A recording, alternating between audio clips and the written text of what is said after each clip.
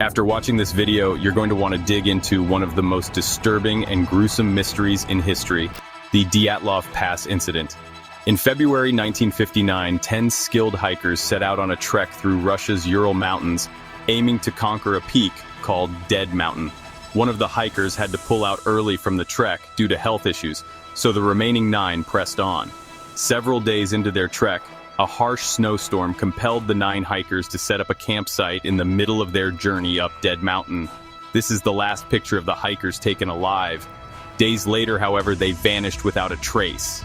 When the hikers never returned, search teams set out and reached their campsite, but when they reached the hikers' campsite, what they found defied any rational explanations.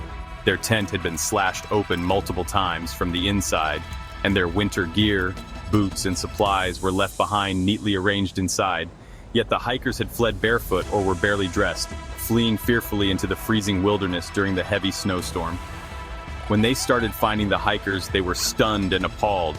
The first 2 bodies were discovered several hundred yards away, lying near a small fire wearing only their underwear.